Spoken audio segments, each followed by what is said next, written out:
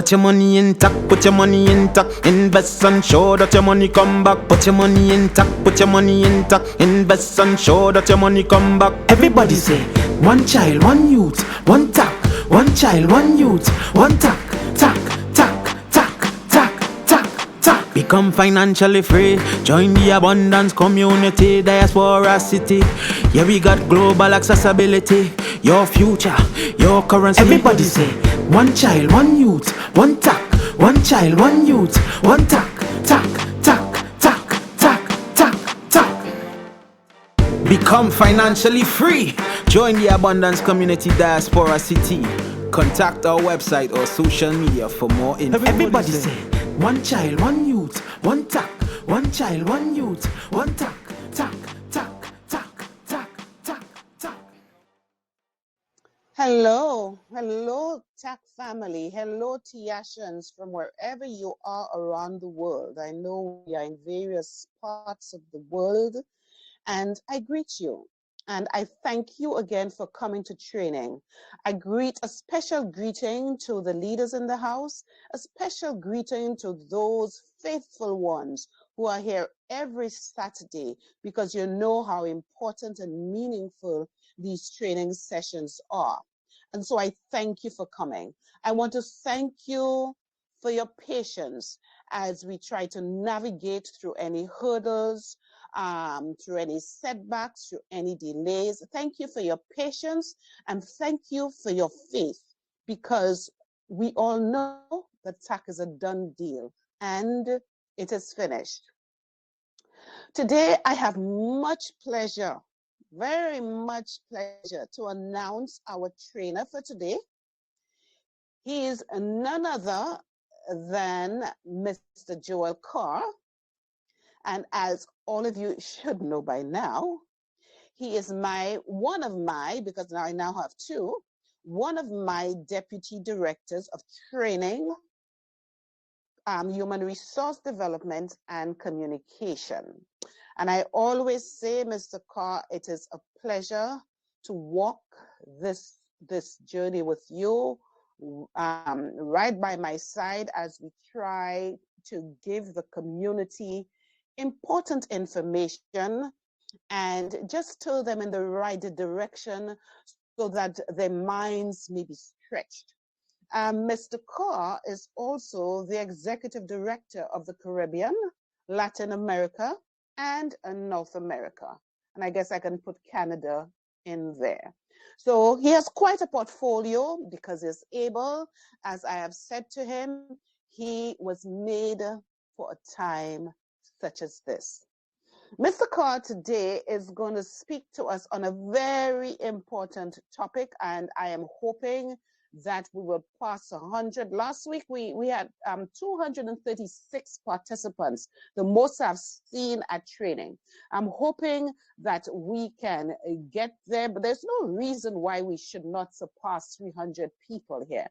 But this training is extremely important. He's going to speak to us on how exchanges create liquidity. It is a timely training. I think it will be a wake-up call for many Tiashans, and I believe it will change our thinking for the better. It will enable us to see how we can achieve the mission and the vision of TAC, how we can get there, what we need to do, and what we should not be doing. So without further ado, Mr. Carr, it is my pleasure to tell you, the floor is yours. All right, thank you, Director. As again, let me greet the house of Tiashans. Let me take the time out to appreciate everyone that took the time to be here this afternoon. Let me also take the time to appreciate our able CEO in the house. Awesome to sit at your feet, sir, and learn.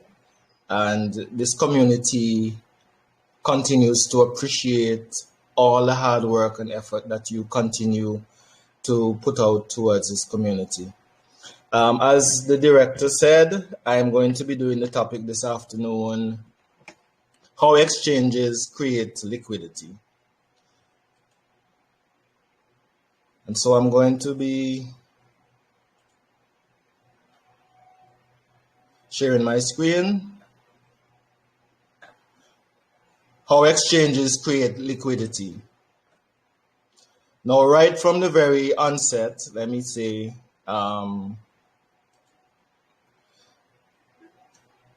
this presentation structure is going to be consisting of introduction, what is liquidity and why it matters, technical foundations for liquidity, attracting and retaining traders, the role of market makers beyond traditional methods, innovation in liquidity. And of course, I'll have some question and answers section. Now, right from the onset, right from the beginning, let me deposit this to the community.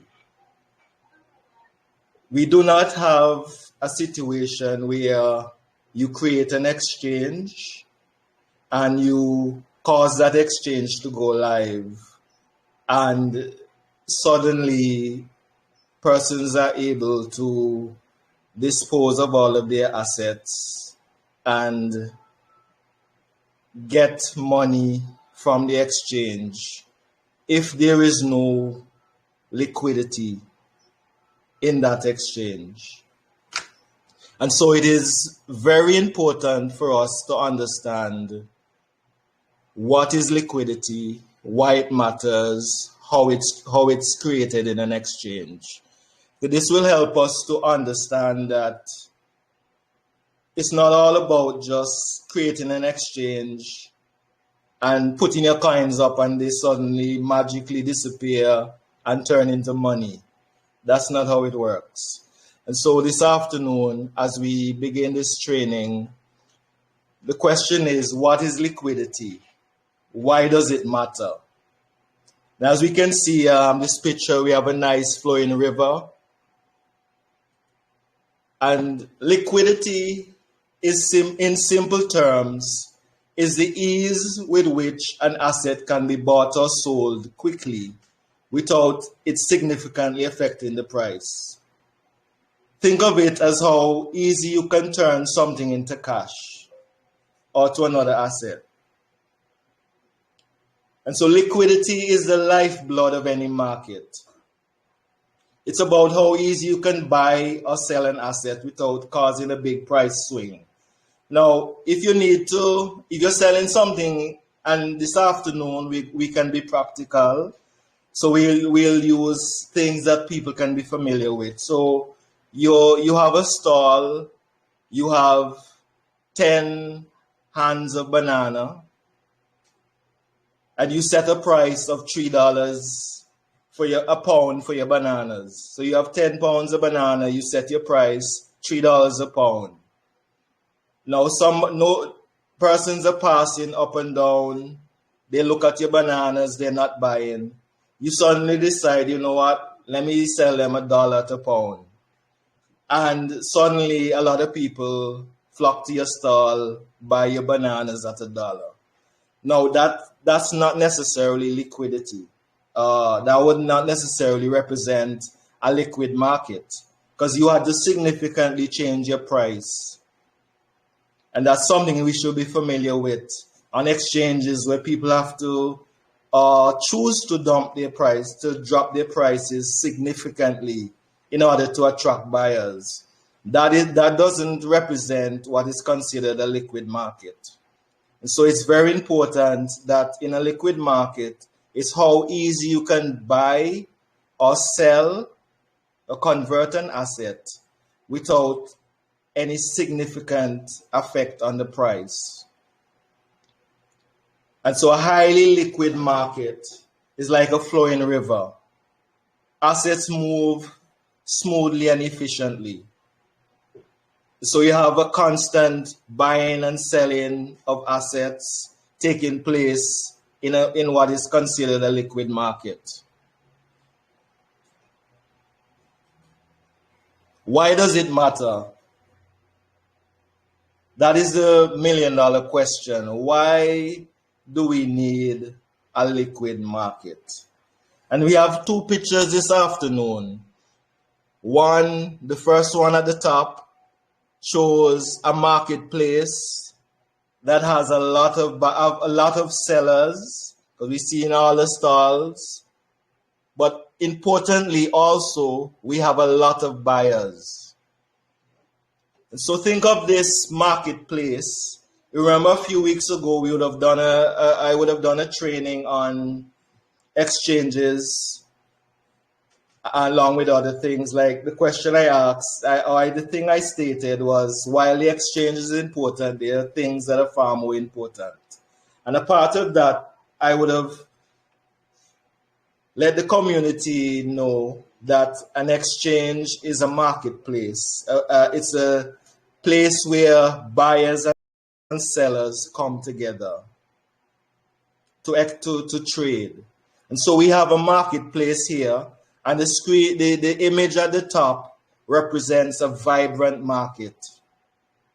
And so we have a situation where people are selling goods, and equally we have people coming to that marketplace wanting to buy the goods that are being sold. And that is how we have to understand an exchange is. Crypto exchange is no different. It's going to have sellers who have goods that they intend to sell. And if we're bringing it home, we have TAC. So we have our stalls. We're putting up our sell orders on the exchange. And we're saying, I have TAC available to sell. Just as someone would put up their bananas and their mangoes and their other goods and say, I have these goods for sale and I'm selling them at this price. Equally, you must have persons who are coming and passing through these stalls, persons who are walking in and out of these stalls, and persons that are stopping and deciding, okay, you're selling these goods, I want to buy it, and at the price that you're selling it for. And that is how we have to understand the connection between liquidity and between our exchange and between demand and supply. This is how it's all interconnected. Because at the bottom, we have another image. And this image here is one where you have an exchange, a marketplace, a place where we have sellers, because we can see all the nicely stocked shelves and the sellers who are there offering their goods, but there is no buyers. This second image is missing the buyers.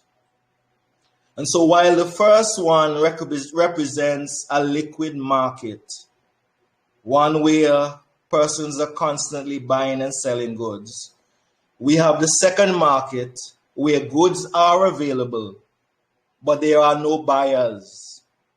And so when you put up your goods for sale in this kind of environment with no liquidity, there is nobody buying your goods, then they're going to sit on your stall.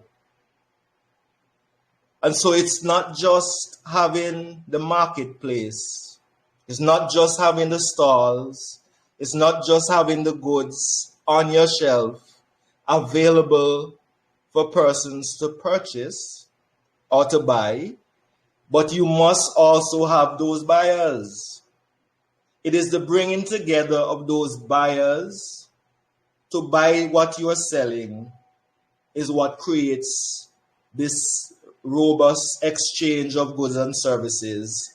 And it is what determines that a market is liquid. And so the question we have to ask ourselves is, how do we get a situation where we have picture A as opposed to picture B? We want a situation where we have a liquid market, where we have a lot of buyers and sellers coming together on our exchange, on an exchange where they will, when persons put goods up for sale, when persons put up their coins for sale, there are also willing buyers who are willing to buy at the price that the goods are being sold at. And so we have a situation where we have to look at stable prices, faster transactions. These are some of the things that we have when we have a market that's liquid.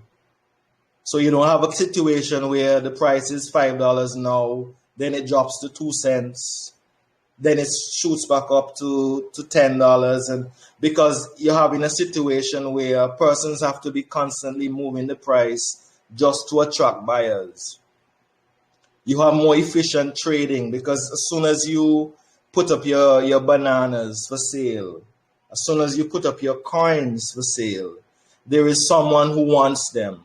And so you have an efficient, fast transaction taking place. You don't have to put down your bananas and they stay there until they're almost time for them to spoil.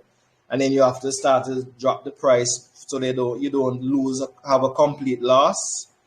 This, just as we can imagine how things happen in the traditional markets, the marketplaces where we go and buy fruits and vegetables, meats, other produce, is the same concept that we have to understand takes place in marketplaces in general.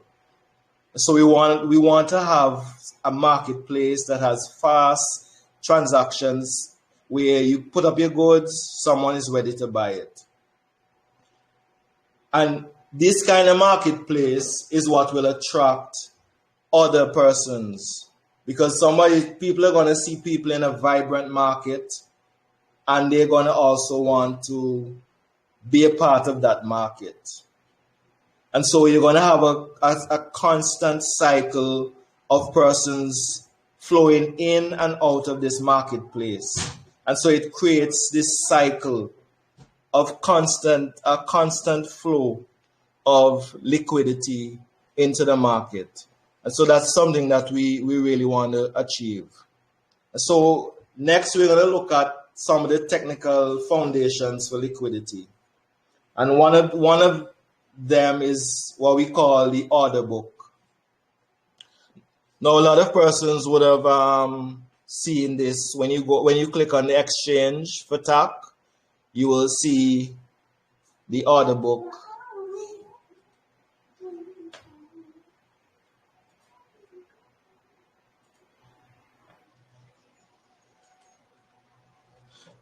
And so the order book is a central record for all outstanding buy and sell orders for a particular asset.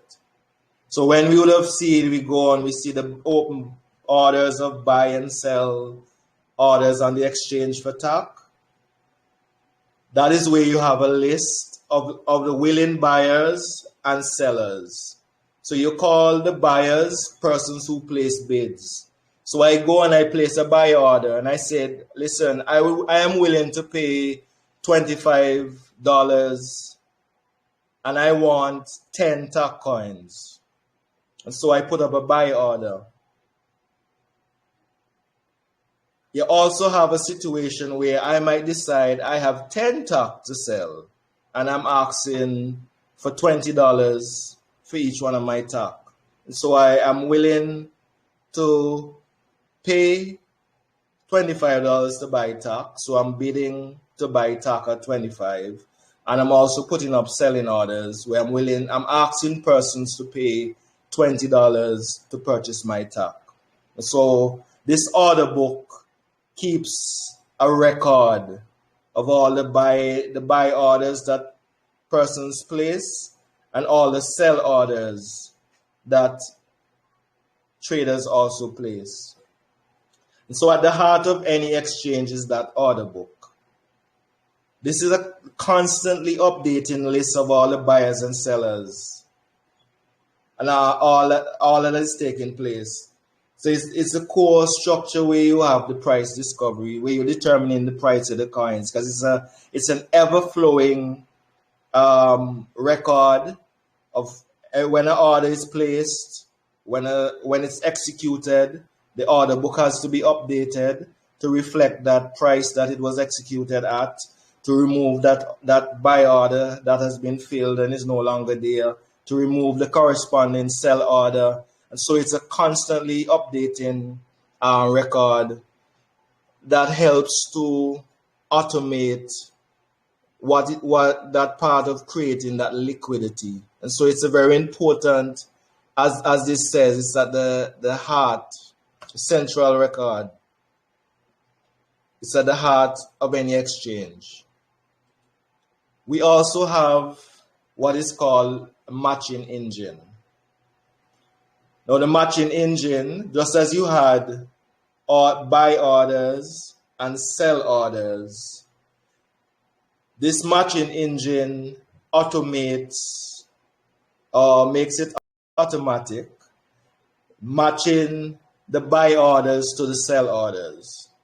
So if somebody puts up a bid that they want to buy 10 TAC at $20, and somebody equally puts up that they want to sell 10 TAC at $20, you have a buy order and a sell order.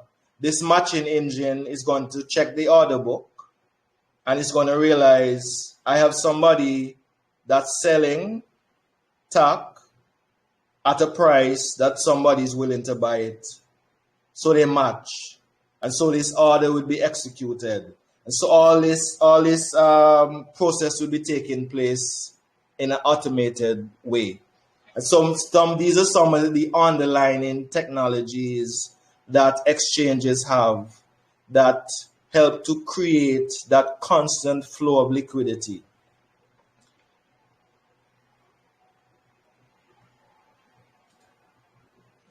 So we see the matching engine is the software that constantly scans the order book and matches compatible buy and sell orders, executing those trades.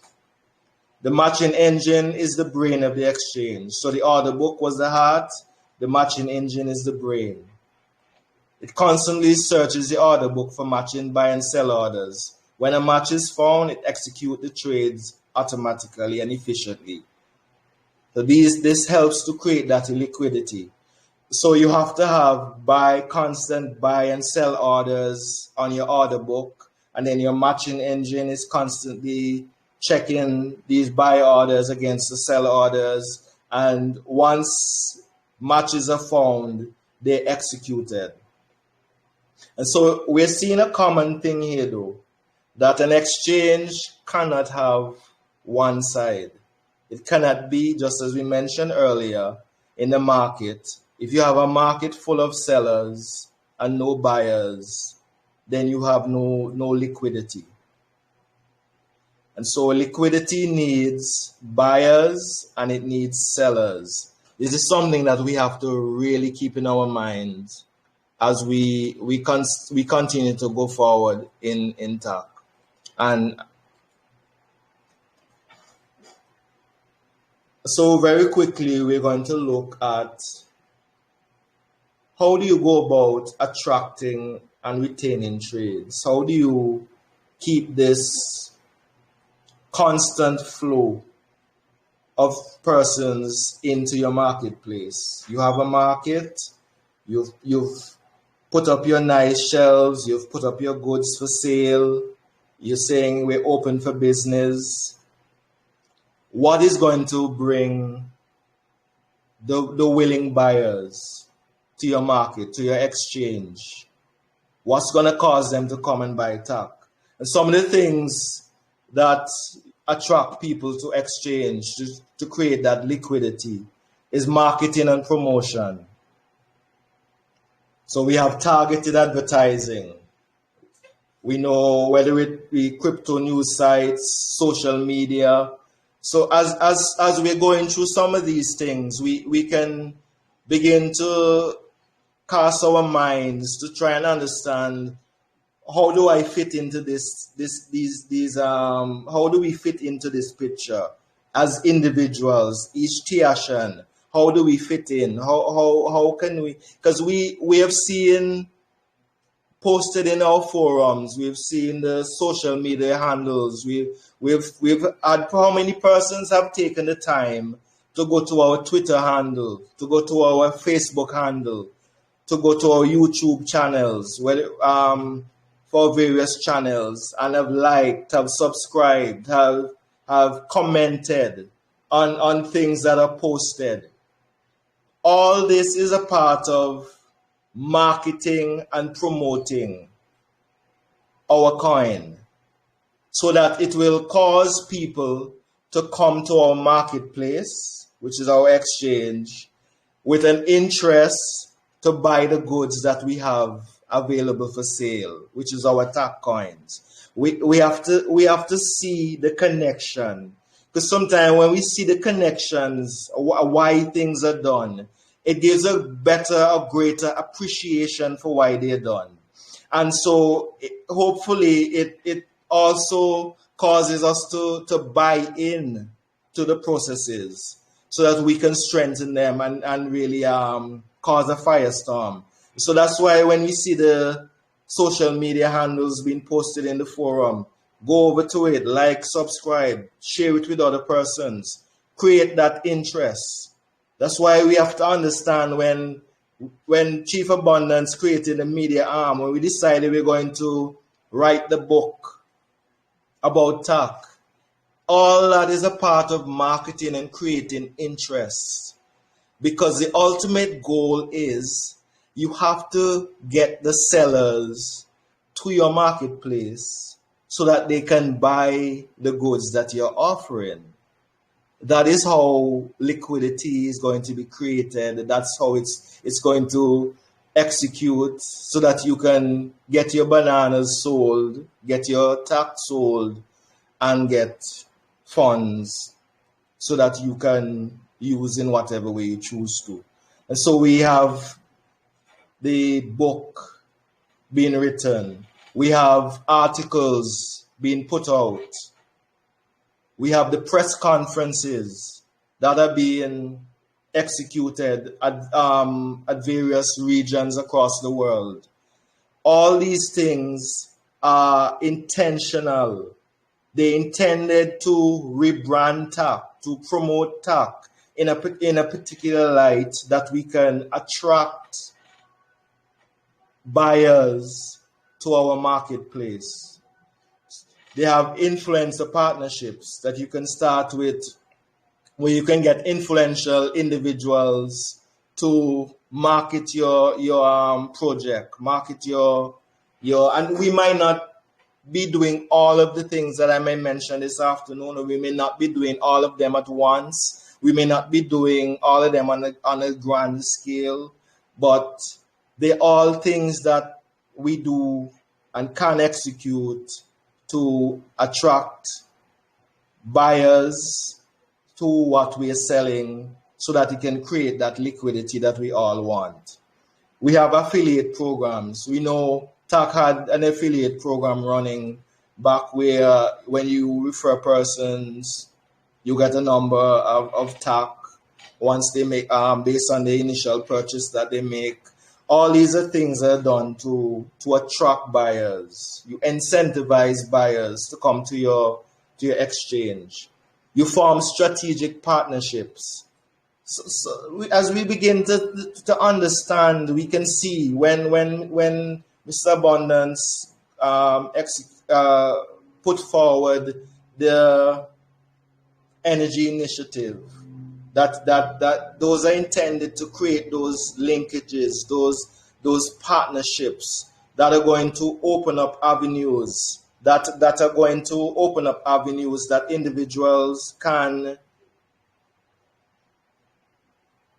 it can provide more persons, can give greater exposure to persons so that they can come over to TAC Exchange and see what's happening. They can create open doors into markets that you probably otherwise would not have access to through these strategic partnerships. We have the energy initiative.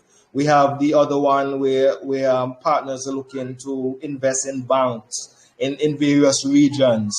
These things will create access to markets, access to governments, access to ultimately to people, individuals who will become those buyers, who will head over to Stock Exchange and will be willing to buy what we are selling, and that liquidity would be created.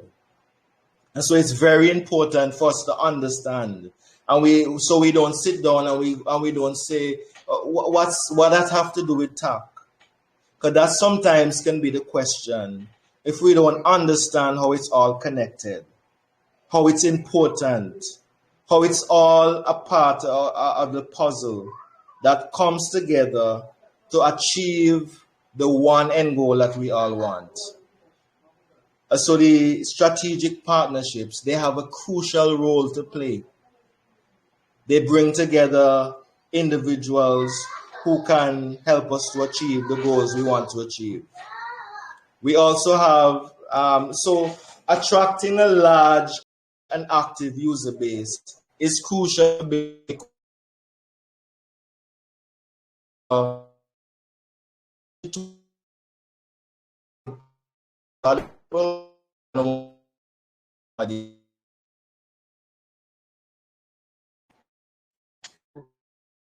so,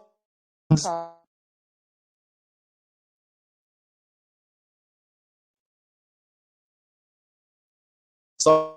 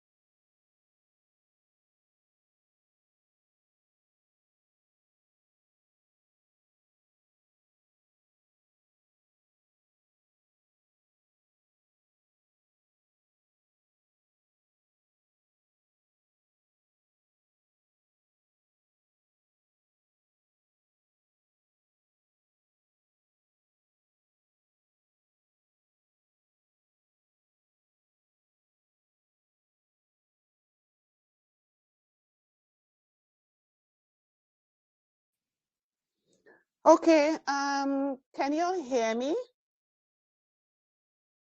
Anybody, can you hear me?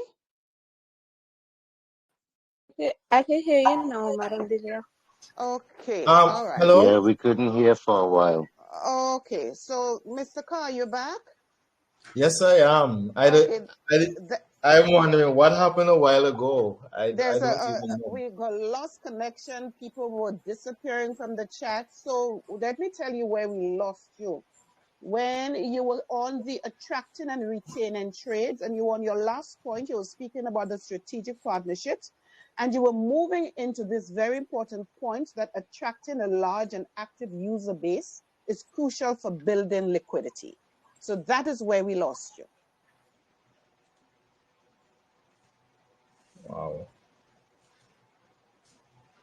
So yes, I think you finished that slide. So now you Oh, need to go on to the next one. so I just okay. Sometimes that's how it is with technology. We continue to go uphill. So yes, so where we are, I was saying there are some incentives that exchanges use to attract traders as well to help create that liquidity on the exchange. They may offer low trading fees.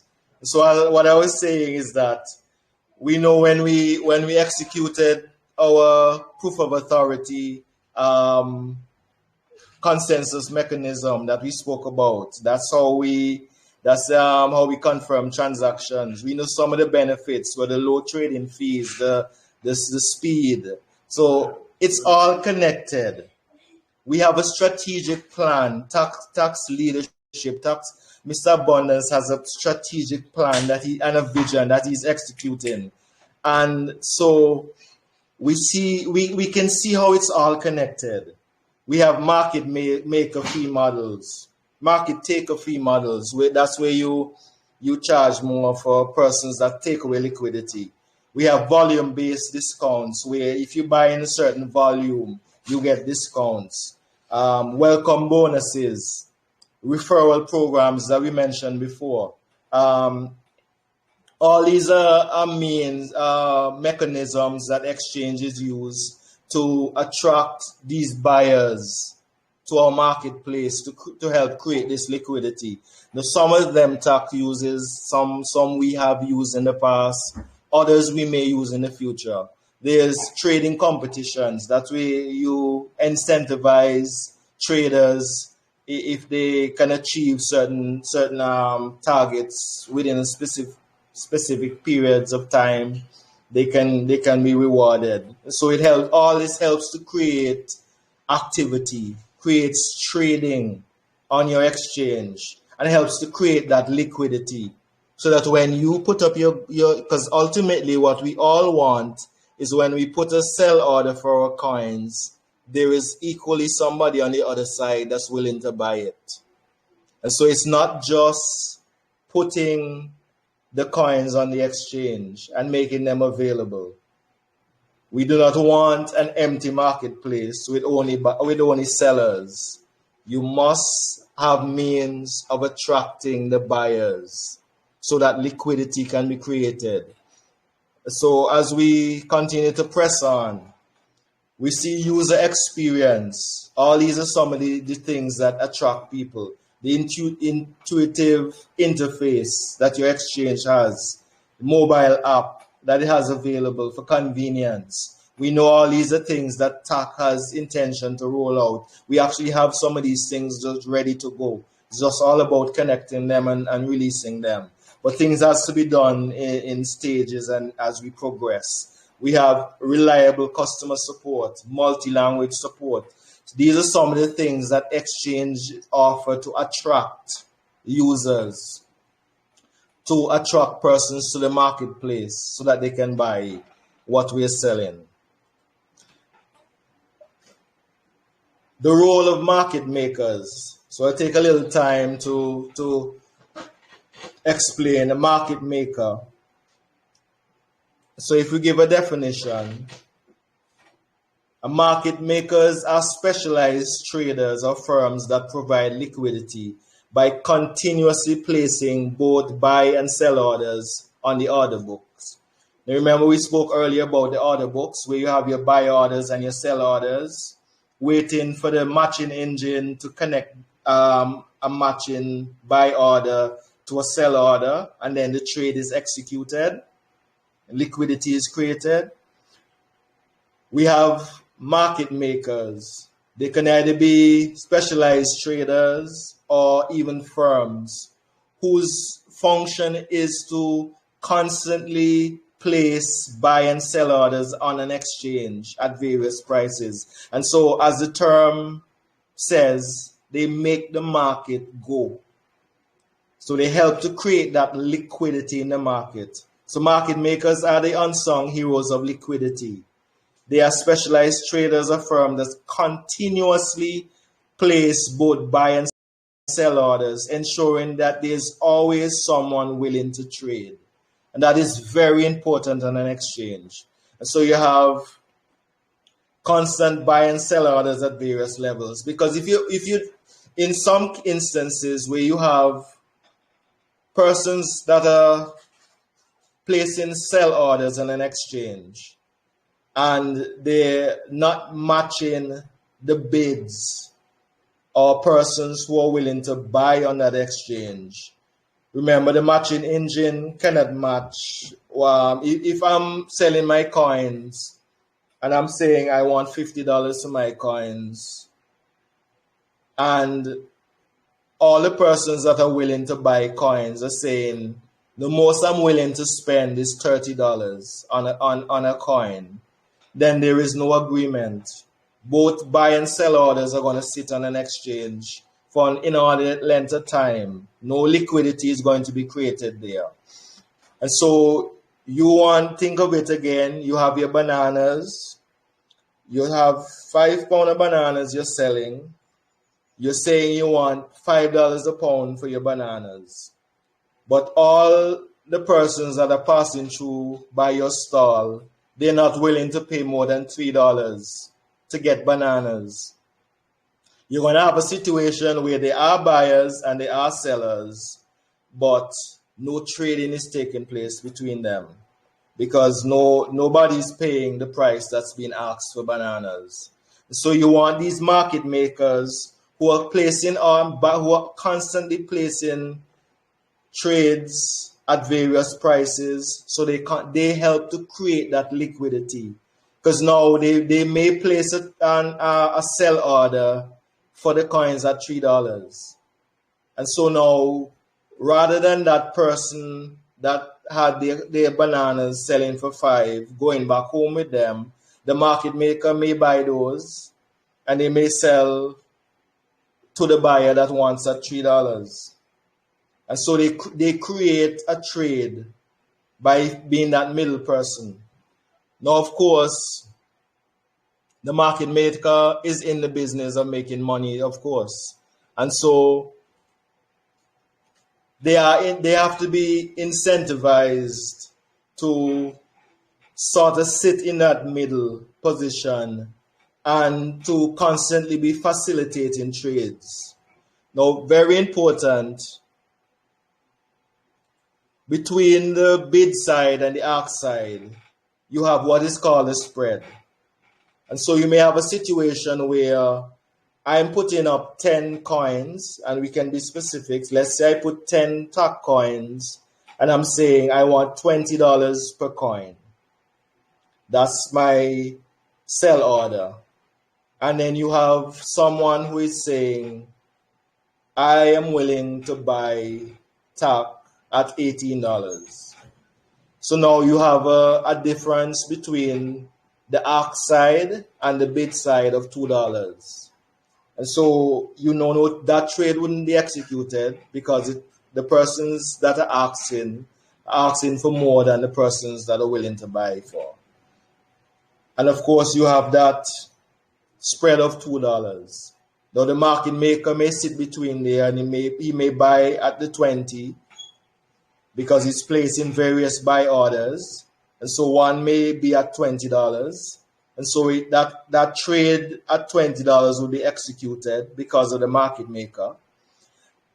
He will also be placing multiple sell orders as well. So he may have one at 18. So now that bid at 18 that would have otherwise sat on the exchange would now be executed. So that gives an idea of the true benefit of having market makers. And so we incentivize them with fee rebates. So they may make large purchases on the exchange, and as a result, they would get back rebates for having executed those trades. That's one option. You could go to incentivize market makers to help create liquidity on your exchange. You can have volume-based discounts where they execute a certain volume of trades, they get discounted coins. And all these discounts and rebates create that profit margin to incentivize market makers. So earlier when I used the example, they may buy at $20 and sell at 18. But because of the incentives, the rebates, the volume-based discounts, all this works together to help them to make their money. They may get direct payments from the exchange. They may get exclusive API access, which is things like automated bots to trade on your exchange platform. And so it's a marriage between individuals who are willing to put up resources to keep the market flowing, to keep that river flowing downstream, where there's always a buy and a sell being executed, so that there's always liquidity on the exchange. And so it's very important to have these market makers. And so they help to, as I said, if you look at this image, they're placing multiple bids or buy orders at various levels, and they're also doing the same on the other side. Now, very important, it's not a case where they're creating an artificial environment. It's not a case where they're placing bid orders on one side and selling to themselves on the other side. Just for clarity. Because remember, you can't place a bid order and buy from you and then turn around and buy from yourself. So it's for other traders. So you're placing multiple bid orders so that other traders can buy. So you may have a bid that you're willing to buy. Leader, can I interrupt? I think it's time for us to cut the video so that the audience can start again. I think it's nearly going now. Oh yes, yes. Yes, Chief. Yes, thank you very much for that.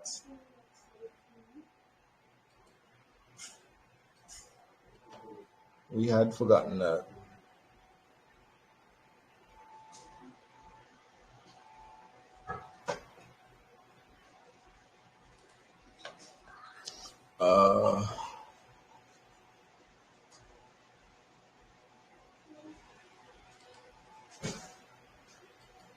Do you want me to stop it, Director? Or you have it?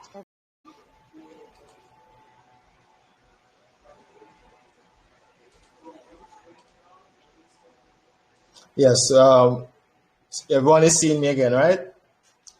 Yes, we are. Yes, awesome. Yes, so the benefits is very important for us to have those market makers that constantly create that liquidity environment. The last thing we're going to look at this afternoon is just some of the methods beyond the traditional methods that we have creating liquidity.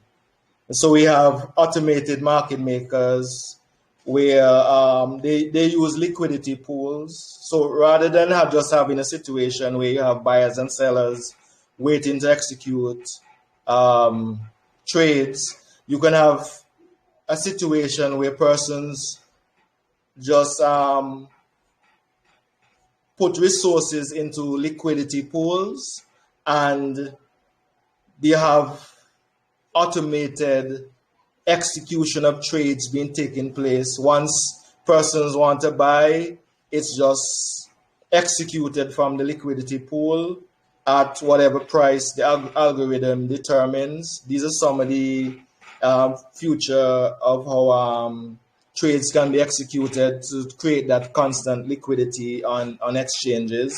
You can have persons who are incentivized, of course, by if they're willing to put up their resources in these liquidity pools, they would get benefits in the form of fees and other incentives. We also have a situation where cross-exchange liquidity sharing can take place. So that's where exchanges with high liquidity can provide liquidity for other exchanges.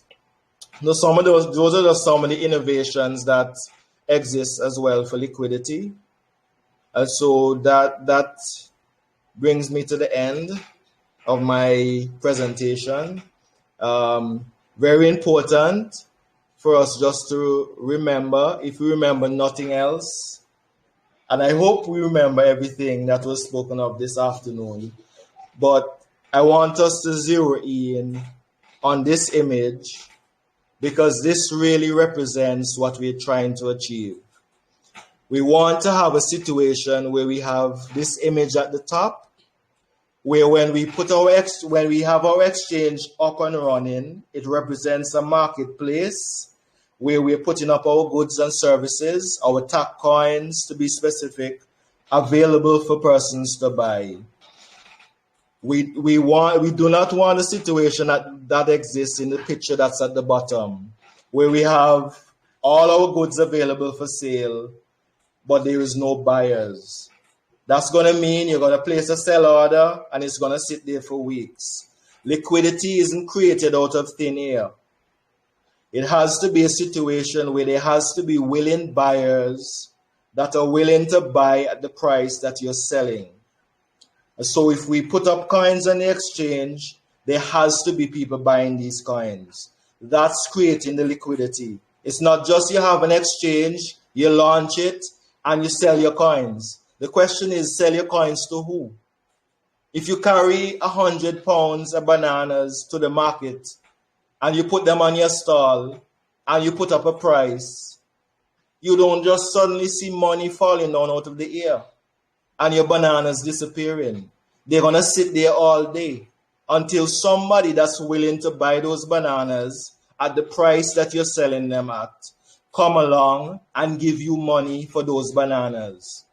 And so I really want us to understand that's how exchanges work. There has to be that liquidity. And so what's going to create that liquidity is the various things that we're executing, the social media programs, the strategic partnerships that are being formed. All these are what we're bringing together to attract the buyers to our marketplace so that this liquidity can be created. And so that's where I will end this afternoon. I will turn back over to the director. And of course, if you have any questions. Wow. Wow.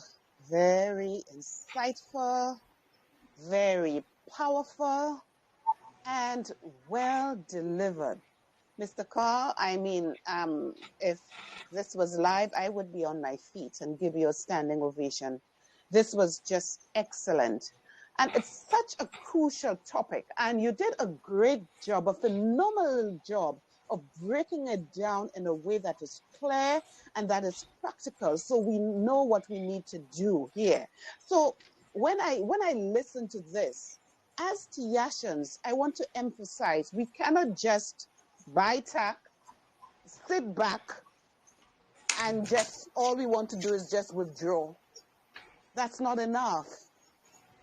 There must be liquidity. TAC has to be attractive. And so when Chief Abundance says, what are we doing? We want to reach $100,000 per coin. What are we doing? And so you, Mr. Carr, gave us the steps that we need to take in order to make TAC liquid. Before I open the floor for questions, I want to say welcome to Chief Abundance again. I'm sorry I did not welcome you right at the beginning because I did not see you. And it's always so wonderful to see you here in our midst. Thank you for being here. And so I want to open the floor for questions. Yes. Director, yes, sorry, dear. I just want to add something to the discourse, and I equally want to appreciate the wealth of knowledge and the research that went into this presentation. We can never underestimate the time that was spent to put these information together. And so sometimes when it's in this, because there is a notion that the CEO must create liquidity for the exchange to function. That's the notion. And so as we go back into the marketplace, and I'm going to put it very practical because I did it already. It's like you have a seller. A seller sells you his or her mangoes at wholesale. And let's say the mango wholesale is you get, a dozen for $1. Now you are a retailer.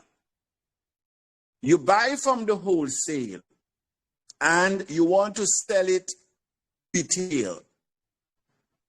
Now, even practical theory, without an exchange, do you now put your mark up? You buy 12 mangoes for $1. You said, okay, I need to put mangoes at $1 each.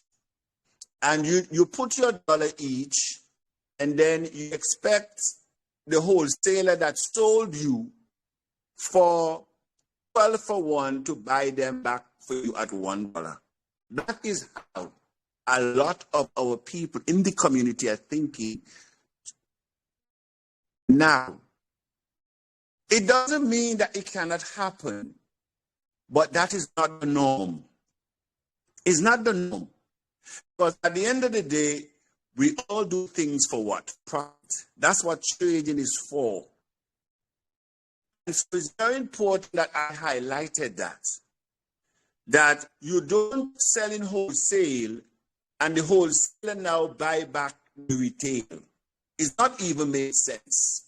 It doesn't even make business sense. What does the retailer do? The retailer go and find markets. She now finds market for her goods so that she can make a profit. And so that I want to bring out, which is very fundamental for exchanges as well. Now, there's another way that we got mentioned in terms of how you can sell your coins. And so I will bring it back again to the mangoes. Now, you may know that I have mangoes. And so before I reach to the marketplace, before I put my mangoes on the market, you have my number. And so you call. You say, Abundance, do you have any mangoes? Do you have any mangoes? And I said, of course, I have mangoes. And instead of me put them for trading, instead of me now leave my house to go to the marketplace, you might come with your car and you take my mangoes from my house and you pay me my money, but nobody saw me in the marketplace. But my mangoes have been sold. They did not see me. And that is where we have our peer-to-peer transfer. Nobody sees you, but you're also doing your trade directly, not showing up at the marketplace. And there are many people that are doing that. And I just want to highlight those areas that are number 3 that I also want to emphasize is that when you see exchanges that go out into the marketplace, a lot of these exchanges are located are connected to Binance, Coinbase,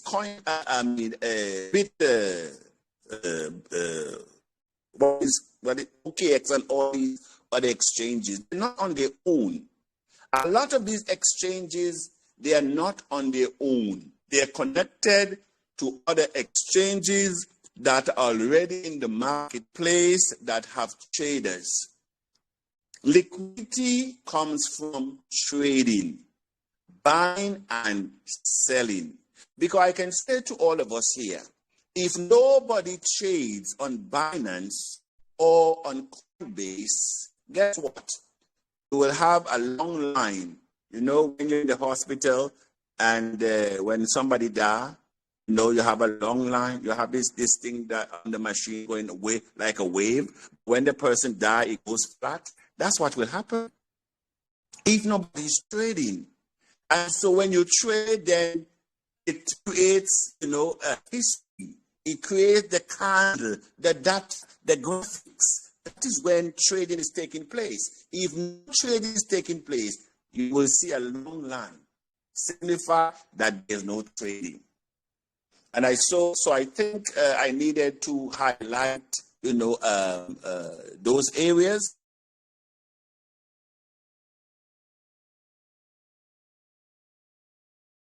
And of course, the direct takers. And, you know, a lot of the time, these market makers are trading on several exchanges. And what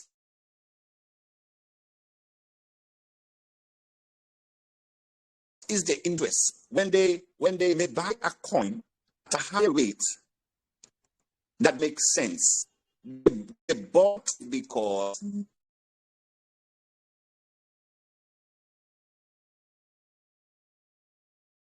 they can into the future, the prospects, and they realize tomorrow this coin will worth 3 times the value. And so you have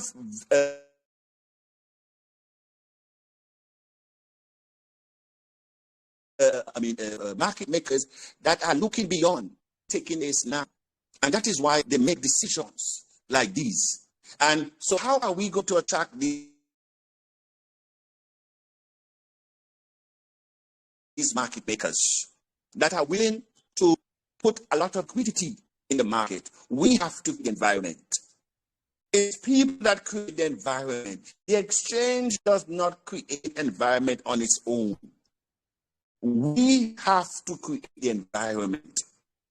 You have to give people a reason why they should invest in the abundant community coin. What's your vision? Where are you going? What is the outlook? What's the future looks like? What are the things that we're doing as the director mentioned about the energy initiative, the banking initiative? You're talking about, you know, liquidity, the ability to cash out from coin to cash, from cash to coin, because that's what it is. Coin to cash, cash to coin. So all these are things that you may not be looking at because not some of us can really see the big picture. You know, that's where we are in life. And all of us have been there. All of us have been there. Some people stay there. Some people move to another level so that they can understand. So I want to thank the director again for expounding upon, you know, the exchange, how liquidity are created. And as we, you know, open our minds for new information, because some people do not know. No, honestly, like all of us enter this space, we enter this space very naive. We enter this place with not knowing how things are done. By the way, we had the opportunity, was given to us to connect the exchange to Binance. And when we look at how the level of control Binance will attack, we said no. Yes, you can ask the chief of staff with this in length. Binance can shut you down. They have so much control. You go there, you bring traders to their platform, and don't like what is happening, they can shut down your whole application and leave it out in the dark. That is how powerful when you connect. And that is what some people do. They don't want to create their own activities. They hitch to Binance. So you make it feel like, oh, this exchange have all this liquidity. No. They're getting it from somewhere else. They're not creating nothing. They're not creating their own foundation. And so they always be dependent on a third party for existence. And that is why you have so many exchanges closing down. You have so many coins that have been delisted. They don't worth anything because they never build a foundation for themselves. We have to build that foundation for ourselves. We have to present TAC in a way that it attracts institutional investors, governments around the world. That is how we position TAC to the world. Not just to join the hip of somebody and at the win and fancy of another exchange. So they can just click one button and we just wipe from the face of the earth. No, we don't want that. And so thanks again very much. I think this is where I will end my discourse. Thank you very much, Director. Back over to you. Thank you, Chief. Thank you This very was much, well Chief. received. Dr. Dick, please, I want to also say something. Go ahead, Chief of Staff. Yes, thank you very much, Brother Carr. Your presentation is very, very enlightening. And guess what? When we say TAC is a university, you better believe it. And sometimes, when I'm doing my audios, I used to justly say that I'll start charging for my services because Chief Abundance actually understood it when he said, you don't know what it takes to put this information that you received in 1 hour. It takes a lot. And the knowledge you give you here is what you actually need. It's what we actually need. And for you to get this kind of things, for the most part, people pay for them. By being an investor in TAC, you are getting knowledge in the process. You are also making yourself rich, not just in crypto, but in all aspects of life. Spiritually, I've learned a lot in coming by several since I come in contact with TAC. So, I was there when the programmers were saying that we have to be connected to Binance, otherwise we don't have liquidity. That if people want to place an order to buy 1 Bitcoin, where would the liquidity come from if we don't connect to Binance? And so Chief Abundance initially asked me to engage the programmer by myself. And when he explained that, I said, okay, well, I have to take that to Chief Abundance. And I explained to Chief Abundance and I said, this is what this gentleman said. And Chief Abundance said, no, we're not seeking for people who want to buy $1 million or 1 Bitcoin on TAC Exchange. We are seeking for people who want to buy $10, $5 worth of crypto, want to bring crypto to the people. I remember these were his words. So, it was true. If we have been connected to Binance and everybody is seeing the illusion there, you'll have think, TAC is very, very liquid. TAC is doing this, TAC is doing that. But you might not have known that we are not actually on our own. At a strike of a button, you can be easily cut off. So we need to understand this. We also need to pay attention to the information that we receive. And that is why I used to say, the 25% are made available to you. It is up to you now to sell it to people. And some of you are coming to me to help you sell your TAC. And like I told you, I said I'm coming for those TAC in the future. Please be patient with me. I'm coming for them because you don't know the value. And ever since that, I've taken an initiative. And I'm working on them. I've sold some coins P2P to people that I know close to me because I want to take an initiative that we come because you guys don't know what you have. And if I've told Dr. Delia the other day, I said it seems it's not everybody that will make it because the kind of things we're trying to do don't need desperation. To be honest, we said we want to set the record straight. Then why are we need to build a solid foundation. We don't want to go and say we don't want other people to come back and say we didn't get it right. So the kind of things we want to build in TAC, truly, we don't need people who will be crying to as if TAC is burning their hands. So please be patient with us. We are coming for those things because just make sure that you hold on. Or again, you have the power to do all these things, but again, our job as the admin is to create an environment for you to trade your coins. The exchange is there. My younger brother just told me that he placed an order there. Or is it even last night? So it is up to us to share the good news that we have. You know, we have a very vibrant community. Make no mistake about it. We have a very vibrant community. So it's just time, and we must be consistent. Thank you very much. Thank you, Chief of Staff. Okay, Tiashans, the floor is open. If you have any questions of Mr. Carr, please just raise your hand and we will allow you to speak. Hello, good evening, Yes, go ahead. community. Go ahead. Yeah, my question has to do with the margin agent. So if I place a order on the spreadsheet, um, with the buy using USD or buy using cash, that's my question.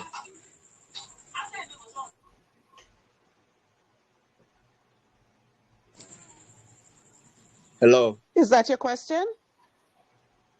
Mr. Carr, did you get that? No, you could repeat it for me? I didn't get the question. Is that your question? Yeah, that's my question. I didn't get it either. Could you say the question again, please, Mr. Momo? Hello. Could you say the question again, please, Mr. Momo? Mr. Momo, are you there? Okay, we lost him. Anybody else has a question? Hello. Go ahead, Mr. John. Good evening, everybody. Go ahead, Mr. John. Good evening. Hello. Yes, you're there. Mr. Flavius, yes. Mr. John is speaking. Could you hold on? After he speaks, you will go on. Go ahead, Mr. John, please. So my question is not based on what have been discussed, but I want since for a long time now, all the platforms have been locked up. It's only the Telegram support group that is on. And I want to find out about, because before now, our chief was talking about a book on on the TAC. So, and for a long time, and nothing has been said about it. So I don't know whether the book is no more relevant, because I'm thinking some of us may have some input on the book, but nothing has been said about it up to now. Okay, and even thank you. How do we send our contribution? Okay, thank you. I think we got your question, Mr. John. Okay, well, first of all, you spoke about the groups being locked. Please listen to the audio of Chief Abundance that he posted in the forums this week. He spoke about why the groups are locked. If you have any questions, there are support groups in Telegram that are open where you can post your questions. Concerning the book, we are working on the book. It is in progress. When we do need input from Tiashans, we will definitely contact you. So thank you for your questions. Mr. Flavius, would you like to ask your question now, Mr. Momo, are you back? Mr. Momo, I think we're having a problem with your connection, We're not hearing you. Good evening. Are you getting me now? Go ahead, Mr. Momo.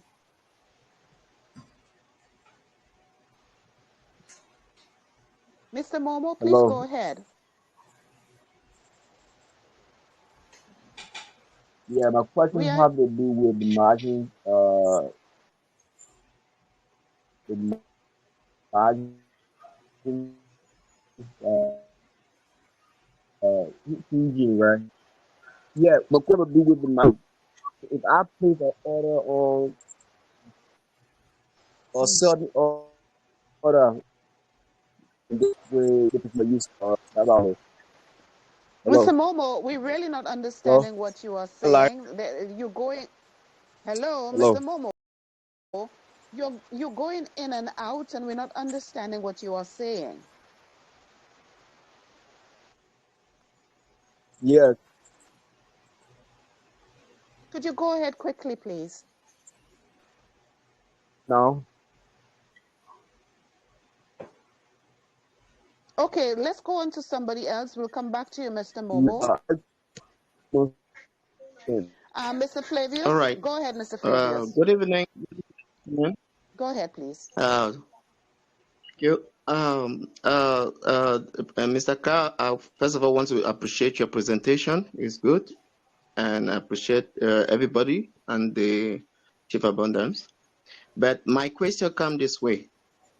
I have question in two sense. And I want to ask Mr. Carr, is it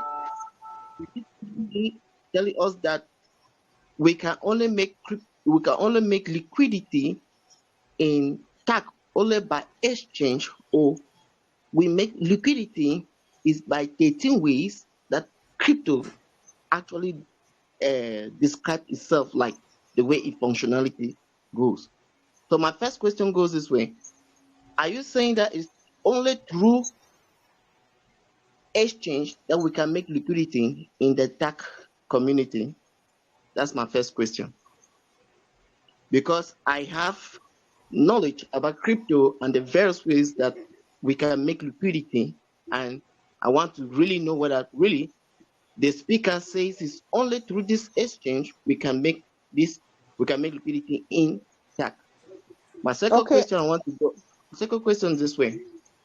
Now, when a bank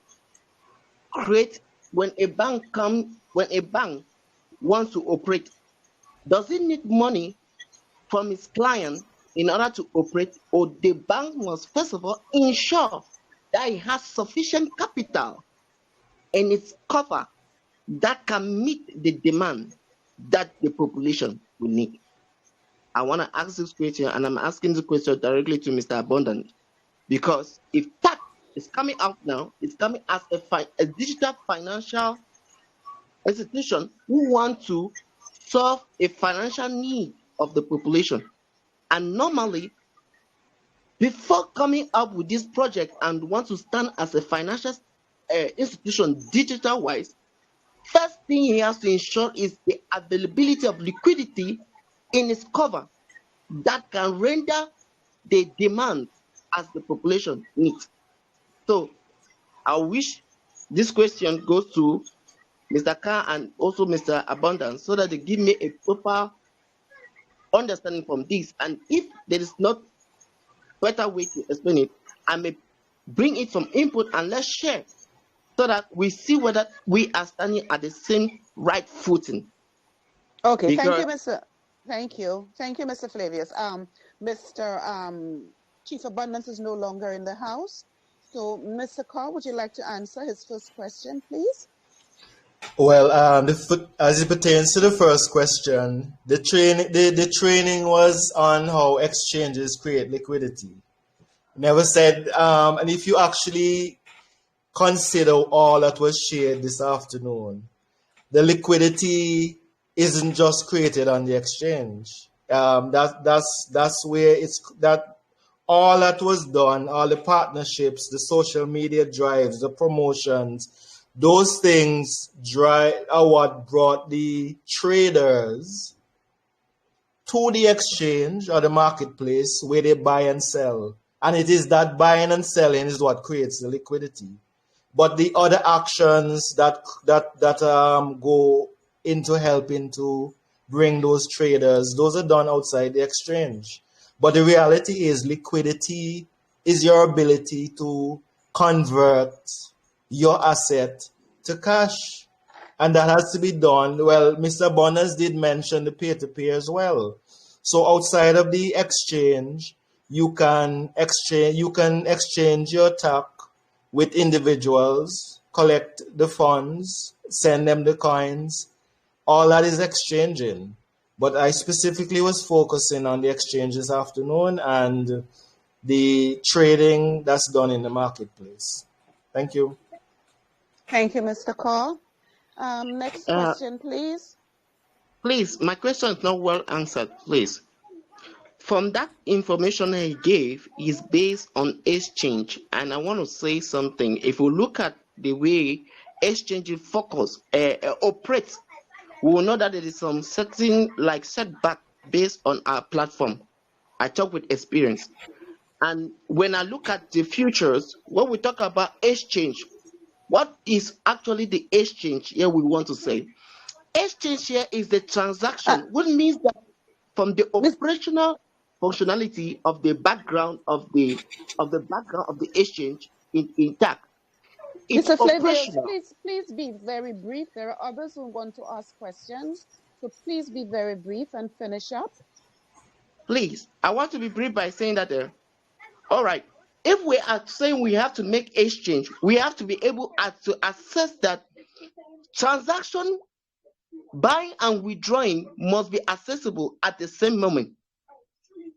Because every investor who wants to invest will look at how is this accessibility and the swiftness of the accessibility can his investment be in a platform. He look at the degree of withdrawal and he look at the degree of his trade. Okay, thank you very much, Mr. Flavius.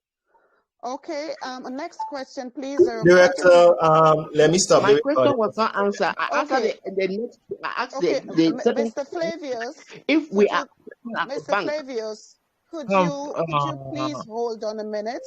I said you have to be brief. There are many hands that are up. I think you have made your point. If you have another point to make, the general questions, the forums are right there, but let's give others a chance to speak, please. Director, I'm going to stop the recording and start again. Yes, go ahead, Mr. Carr. Thank you. Thank you. Thank you, Mr. Carr. Next question, please. I saw Mr. Sinclair Williams, Madam Tiny. Go ahead and ask your question, please.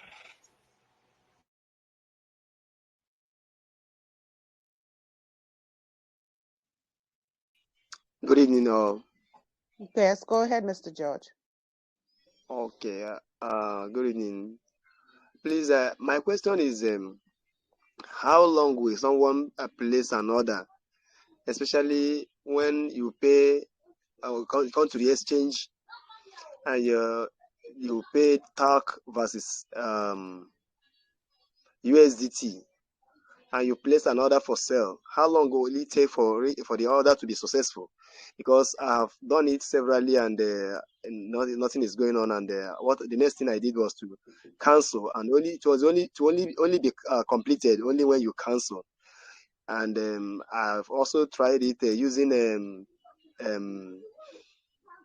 Ethereum and pay TAC with Ethereum and place an order, and nothing was done until it was cancelled. So I really want to know, how long does the order last on the exchange before it will be successful? Or okay, or the operation is not yet functioning? Okay, thank you, Mr. George. Mr. Carr, would you like to answer that? Is he asking how long will it take for a sell order to execute? That's your understanding of the question? Yeah.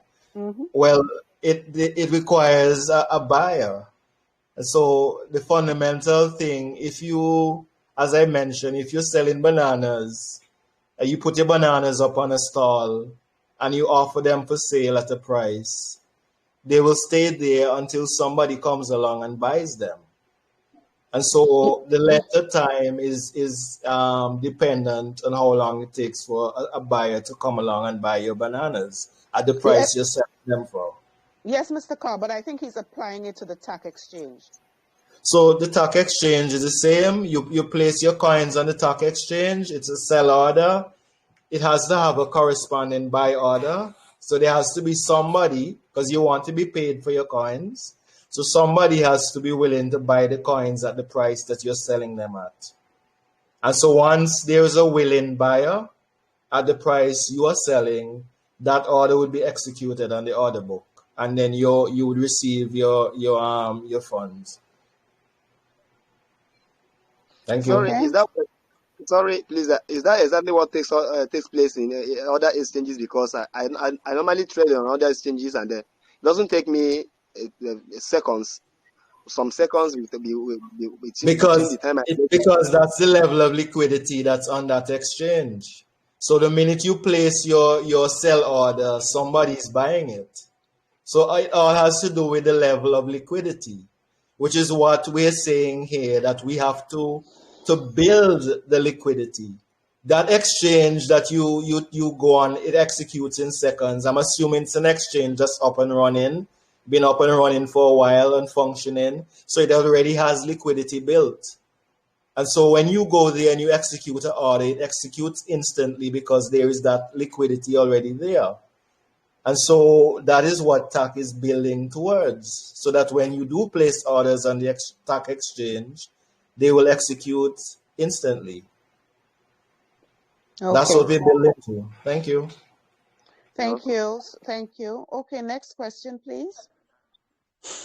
Hello, good evening. Good evening. Yeah. What the second to this very person question asks is what I want to contribute to. Based on this liquidity issue, I believe in TAC, we shouldn't be comparing TAC exchange with other exchange, because we've been saying right from time that TAC is different and not really to compare with other existing coin. And this brought us to coming to TAC exchange. We should also have that difference in TAC exchange, because what we are seeing in TAC has a different future when you compare with other exchange, because TAC has a future that other exchange doesn't have right now. So, and it is very difficult for people, new investors, because what we are discussing here is only we that have already invested in this project, that are pushing this project, that are talking about how we can bring liquidity into the system.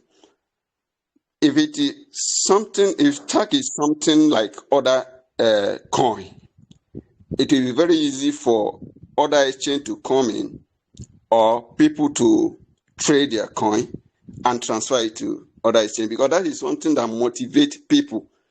If the asset they are buying into can be easily liquidated anytime they want. But TAC is not like that. So for an investor now to put in money where he knows that he cannot take decision on his own to liquidate his fund, just like you buying share, you know that this share you can sell it either if the price appreciates or if the price depreciates. But the most important thing is that when you want to liquidate your asset, you can do it without any hindrance. So that is one thing that we shouldn't be comparing TAC with other exchange. And TAC I want to bring this suggestion, and I pray and I believe if we can make use of it, it's going to help. Every exchange or banks or any financial institution, they have an insider trader. Believe it or not, the outsiders may not know or will not know what is going on, but insider traders are people who promote that system.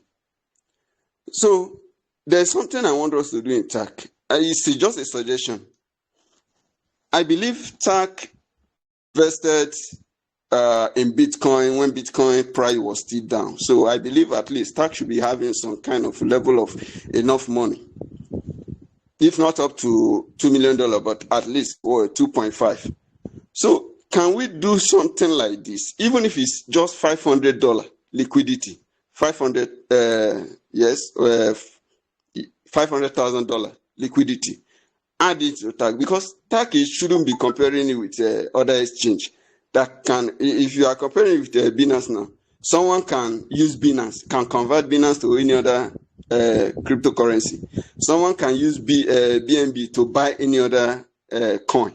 Okay, so I want us to do this thing in TAC, even if it's $500. Let's add it into TAC, and let Tarsians be able to do some transaction, because I won't suggest immediate conversion, but at least be using TAC.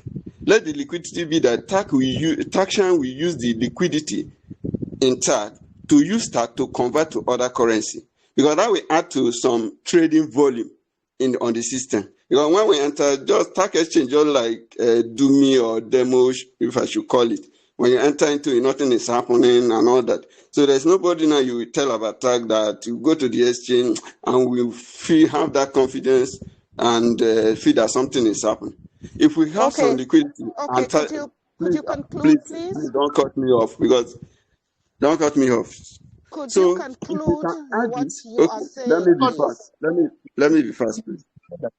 If we can add this liquidity and Tarsians are able to do that transaction, whenever anybody coming to this house, you see that something is happening. And secondly, at least I believe that we can be up to 100 people that want to promote this project.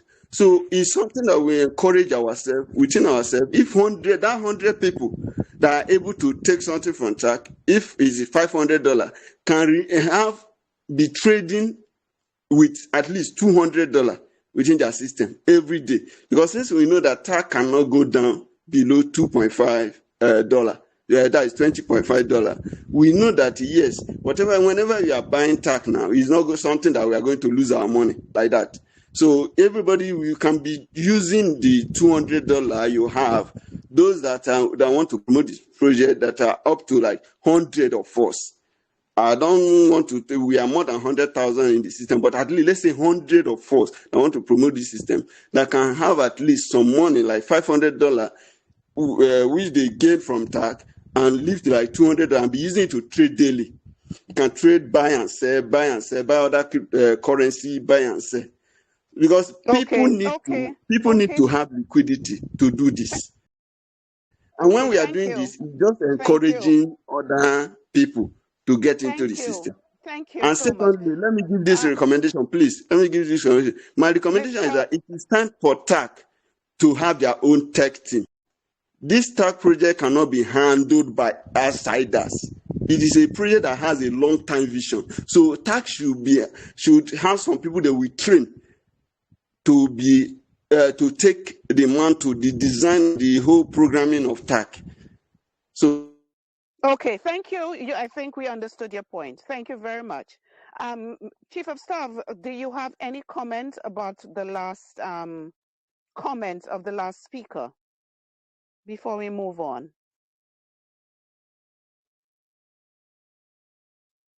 Chief of Staff? Pardon? No? Do you have any comments to make about what the last speaker said before we move on? He has been breaking and I didn't get the question at all. Like I could barely even get. It's not a question, it's a comment that he made about bringing in an insider trader, and then he also spoke about that we in TAC should have our own tech team instead of bringing an outsider in. Basically that's the general points that he made. Okay, that's not a bad one. Yeah. In your own case now, I can hear you very well, but I don't know about the gentleman. I could barely hear him, but I can hear you very well. Okay, it's a good.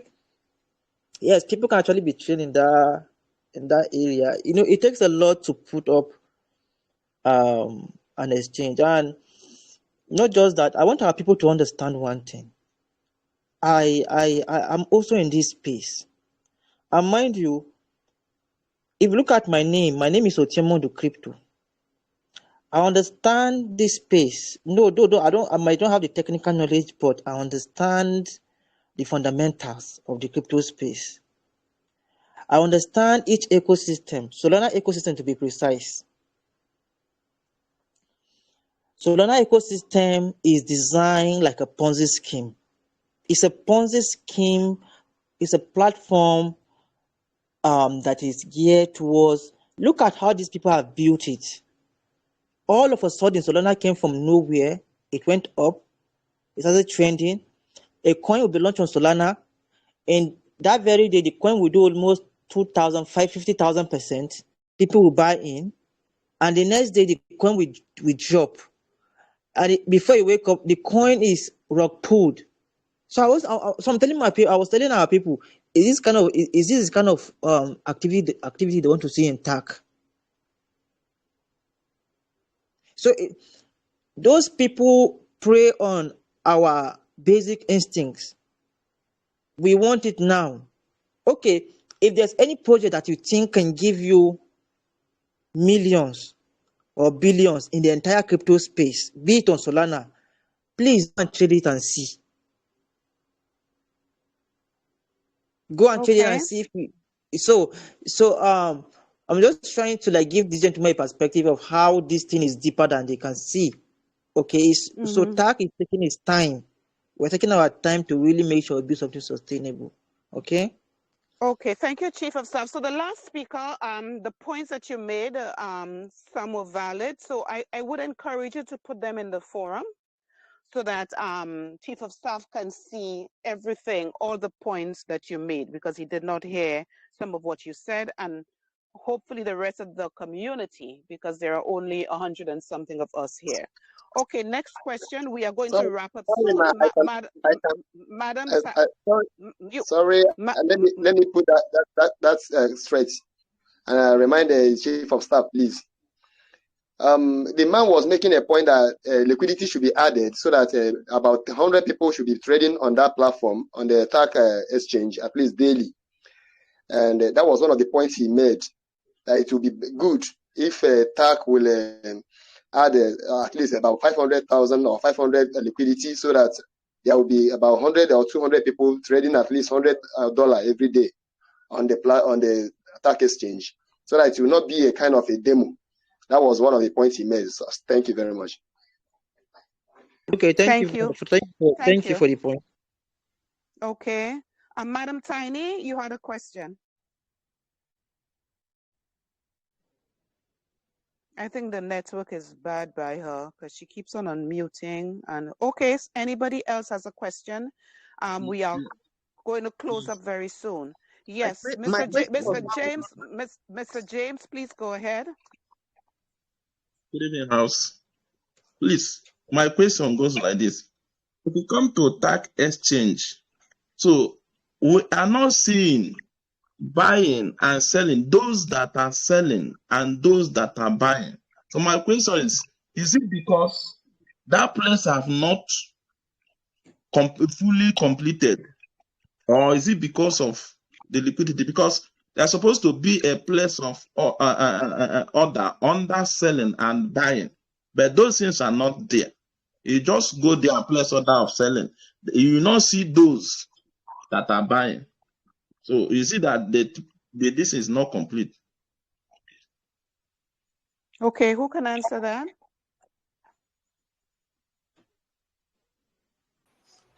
Is he saying he doesn't see where they can place where buy orders are being placed?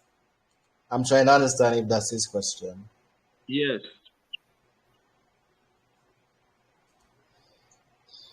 He said yes, Mr. Carr.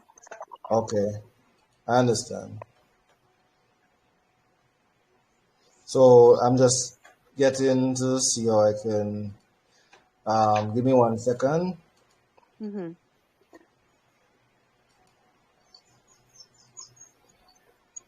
Okay, so as you can see my screen, This is the TAC exchange. It has an area for placing sell orders and a place for placing buy orders. So, as Mr. Abundance constantly says, trading can be taking place. The issue is not trading. The issue is with withdrawals. We're having some issues with the technical team is still working on the withdrawals portion. But the exchange itself, it has areas where you can place buy orders and areas where you can place sell orders. So that those parts are functioning, where orders can be executing. And of course, you also have the peer-to-peer. So there is an area for you to place buy and sell orders that can be executed. Thank you. Okay, thank you. Miss Patricia, I think you had something to say. Go ahead, please. Good evening, everyone. Good evening. I'm sorry, what I want to ask is regarding the staking. My question goes like that, is the staking, for how long can one stake the coin? Okay, thank you, Ms. Patricia. Yes, Mr. Carr? Question is, how long can a coin be staked?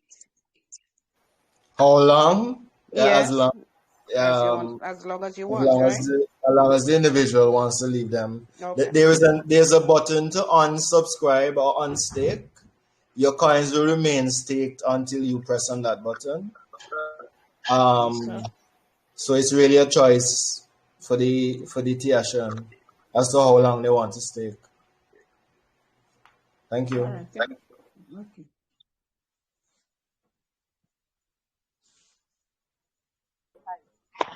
Hello. Hello, good evening. Hello. Go ahead, please. I just unmuted you, so you go ahead, please. Good evening. So my name is Mr. Peter Ike. So thanks for the answer questions so far and training. Last week during the training, I made a complaint about my coin that is not complete when I retrieved my account. Then Chief Abundance referred me to Chief of the Staff. When I chatted him, the Chief of the Staff, he asked me the many questions. I answered him. When I bought a tag, I answered him the year and the dates and the amount I bought it. He asked me to send him my detail, username. I sent to him. He said that what he saw in database is 1.5. I said that is what I saw in my exchange. But what I am supposed to have is 140 tag because I bought it in year 2020 August, 500 naira at 70 naira in total. Then I have 140, and it will be showing 140 in the other exchange I'll be using until this new one. So he asked me that if I can log into, I can use my old, I remember my old details. I said that I'm not changing my details since. He said, okay, I should log into my old account and send him my transaction history. I said, I cannot access all those exchange again. There's no I can access it. He said, if that be the case, he cannot help me. And so I thought all you needed is my details. You have my username, you have my email. Try logging from the old exchange till date and see what I have there. Now I can access all those exchange again. Or can you send me at least Byrate exchange login detail? Let me log into the website. So he declined my chat since. So I want you guys to help me and recover my tag or my account, because the young man was asking me all the rhetorical questions as if I'm lying to him or something like that. But at least having my details is enough for him to log in and do his own research. But he's trying to ask me to do it myself. So I don't see the means of me coming to him anymore. Please help me recover my coin. What I bought is 140. It has been there since this new exchange. And again, in my account is showing a locked coin undefined. So things are not really good. Yes, I believe it's a system error. So please help me and correct everything, please, because I did not buy 1.5 tag. Neither do I bought 6. The lock is undefined. The coin is not complete. So with my data, I think okay. Okay, Mr. Peter Reich, are you in any of the support groups? They are locked since. Let me answer that gentleman. Go ahead, Chief of Staff.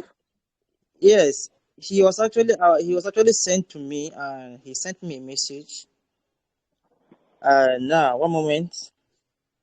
He actually sent me a message, and I said, so normally, if you have an issue where you say your coins are not complete, and even when you have migrated to the new exchange, what I do is that I ask for your username, and when I ask for your username, I check our old database. That is Byrick database, and everything that was on Byrick, all the information that people had on Byrick has been moved to the new exchange. So, but we have the old database. So, when you say your coins are not migrated or your coins are not complete, I go in to check your coins on Byrick. And this gentleman, he claimed he had 144 coins, or is it 145 coins? 140. 140, right? Okay.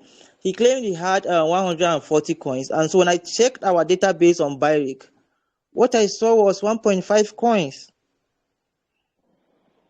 And he insisted that he was having that is what he has. I said, please, when did he join TAC? He gave me the time frame, and I said, who brought him into TAC? He gave me the person's he named the person. I said, okay, please reach out to that person and ask him, because I was thinking if he is a founding member. If he's a founding member, we can still trace that payment history. We have all those details from payment member. So if you are brought in as a founding member, or even when we are doing our fundraising, when there was not even an exchange, we still have that list. We still have that database as well. So I asked him, I said, go back to the person that brought you into TAC. Ask them when they were buying TAC, how did they buy the TAC for you? Was it when we are doing our fundraising? Or was it in maybe even Nigerian peer-to-peer group? Ask him how. This gentleman cannot even answer me. He went back to then some hours later, somebody chatted me and said, he's the person that helped that gentleman to buy TAC. That cannot be asking that kind of a question to him. It's not his responsibility. I said, no, I didn't bring your person to TAC. I'm just trying to help. I didn't bring your person to TAC. If he says he has 144 or 140 coins, how did he buy? I just want to know how he bought it. Was it through our fundraising, or was it through TAC support through Dr. Buas? There was no answer. So he said that when he bought the coins in the old exchange, he used to see 140 coins. And I asked him specifically, I said, do you still have access to the old exchange where you used to see the 140 coins? He said yes. And I said, please, now this is what we have similar issues like this in the past, where people will not have some kind of number of some people will not have some coins, because Byrick only migrated people that had coins in their account. And in the past, we have situations of people where some people will go into their account unknowingly, because we have people who register people without giving people their login details. So we have people who register people's account, because I'm taking time to explain this thing because it has been brought in the past. So I need to clear it once and for all again. So before people were giving people money to help them buy coins. People were responsible for people's opening of account. Personally, I help my family members register TAC. I still have their login details because I'm responsible for them, and I only do that. And ever since we've gone to our new exchange, and I've cut off from that completely. I can never open an account for anybody again. So these people now will steal people's coins, and when they steal these people's coins, they will go and sell it on TAC. I've had similar situations. They'll go and steal it they'll go and sell those coins on Byrick. People traded on Byrick. For those of you that are saying that TAC is not money, people traded thousands of dollars on Byrick. So when they steal these people's coins in these people's wallet, they sell it. And even if you check on Byrick, even if you check our database on Byrick, you will not see any coins there, because we only migrated people that have coins in their account. But if you can have access to your, if you still have access to your old account, which is your old username and your old login details on Barrick, you can still go into those accounts and you click on activity and then send us your activity, your transaction history. Perhaps we might be able to help you to see how your coins were sent from one wallet to. That is how we've been dealing with it. This gentleman started becoming rude to me, saying that I'm here interrogating him. I'm coming. That a moment. That I'm here interrogating him.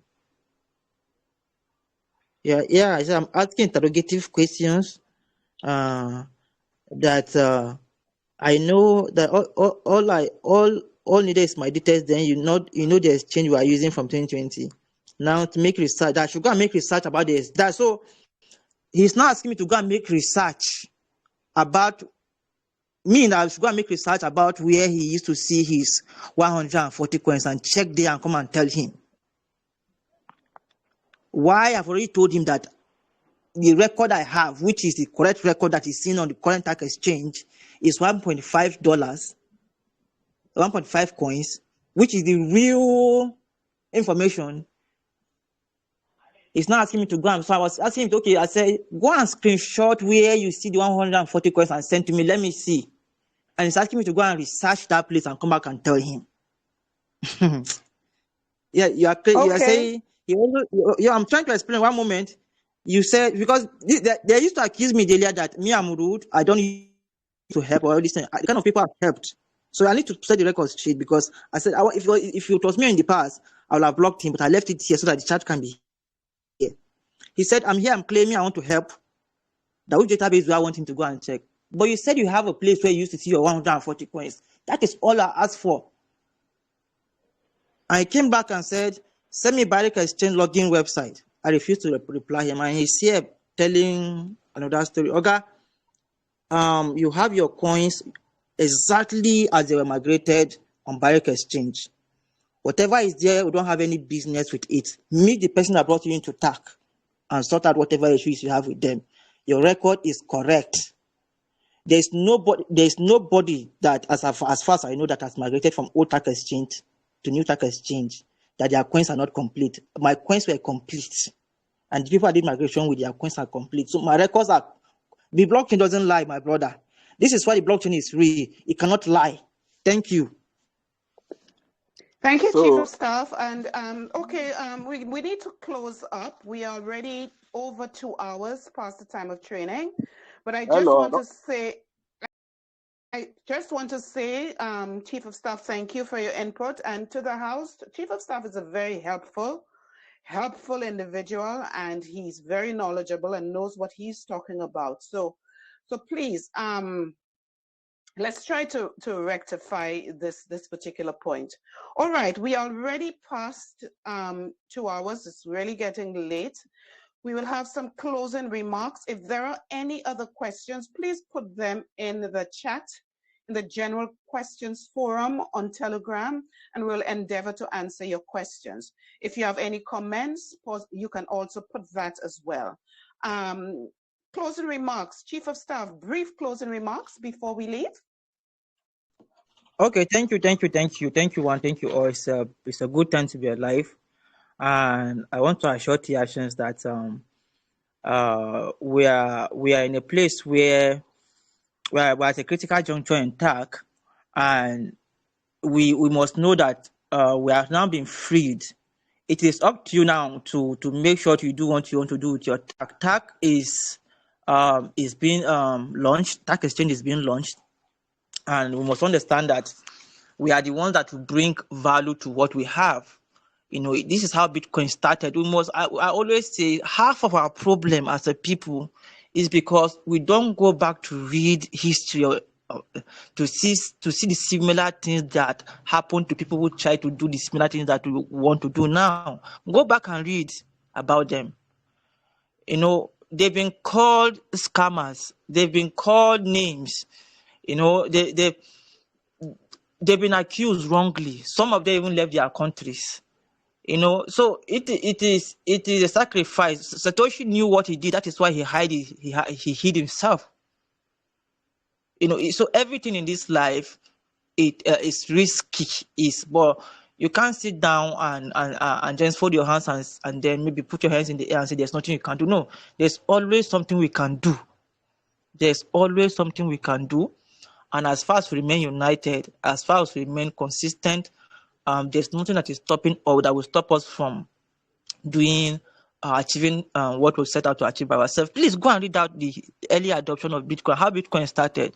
Read about cryptocurrencies, how it's all a gradual process. We are not here for hype. This is not Solana blockchain. It's the most worst chain, and this is where people go to and they lost money there, and they blame the entire crypto space. So again, we must be educated. The crypto space, we must be the people that tell people that, look, the entire cryptocurrency space is a scam, but we have the real deal. This is the image that we must present. And we must present this image. We must not wait for everything tech to be perfect before we start being positive about tech. We must start being positive before everything about tech will start being positive. It's our mind. Everything is our mind. We must deal with the mind first. So thank you. Thanks everyone. Thanks to our chief too for all the effort, and thank you, Dr. Delia. Thank you to the directors of training, and thanks to the people that have committed themselves consistently to learn more, to evolve, to educate themselves, and to build something that the world will be proud of. I want to say thank you. Thank you for always being there. We will build this platform together, and our children, the ancestors, will be proud of us, and posterity shall say thank you for standing in the gap. Peace. Okay, wonderful. We thank you so much, Chief of Staff. We thank you again, Mr. Carr, for such a fantastic training. I believe we now have a stronger grasp of what liquidity is, and there are some practical takeaways from this training. I hope that we can all apply moving forward. Thank you, Tiashans, for coming to training. We will see you next week. Bye-bye. One love, Dr. Delia. Put your money intact, put your money intact, invest and show that your money come back. Put your money intact, put your money intact, invest and show that your money come back. Everybody say, one child, one youth, one tack, one child, one youth, one tack, tack, tack, tack, tack, tack, tack. Become financially free, join the abundance community, diaspora city. Yeah, we got global accessibility, your future, your currency. Everybody say, one child, one youth, one tack, one child, one youth, one tack, tack, tack, tack, tack, tack, tack. Become financially free. Join the Abundance Community Diaspora City. Contact our website or social media for more info. Everybody say, one child, one youth, one tack, one child, one youth, one tack, tack.